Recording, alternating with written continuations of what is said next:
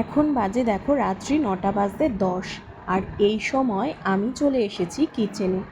অনেকটাই রাত হয়ে গেছে বন্ধুরা। এখন আমি তৈরি করছি সন্ধ্যাবেলার টিফিন, কারণ সন্ধ্যাবেলাতেই এটা খাওয়ার কথা ছিল। তবে যাই বলো না কেন, ডিনারের টাইম হয়ে গেছে, কিছু করার নেই। আমার পড়ানো ছিল। আজ আমার একটু বাড়িতে এগ চিকেন রোল করার ইচ্ছা হয়েছে। তোমরা হয়তো জানো বন্ধুরা, আমার কিন্তু কোনো খাবার বাইরে থেকে খুব একটা খেতে ইচ্ছা করে না। আমরা বাইরের খাবার খুব একটা খাই না। সেই কারণে বাড়িতেই বাইরের সমস্ত খাবার খেতে ইচ্ছা হলে, ফাস্ট ফুড খেতে ইচ্ছা হলে আমরা সেটা বাড়িতেই তৈরি করে নিই।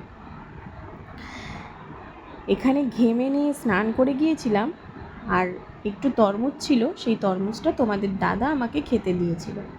আমরা দুজনেই ভাগ করে সেই তরমুজটা খেলাম।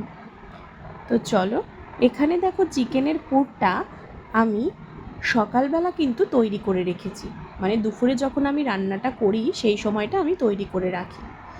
আজকে রান্নাঘরের অবস্থা খুব একটা ভালো নয়, খুব গুছিয়ে রান্নাটা আমি আজকে করতে পারছি না, কারণ খুব তাড়াহুড়ো রয়েছে, অনেকটাই বেজে গেছে।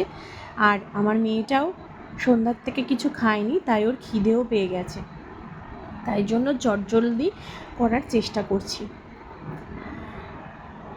একা হাতে সমস্ত কিছু সামলাতে গেলে এরকমই অবস্থা হয়।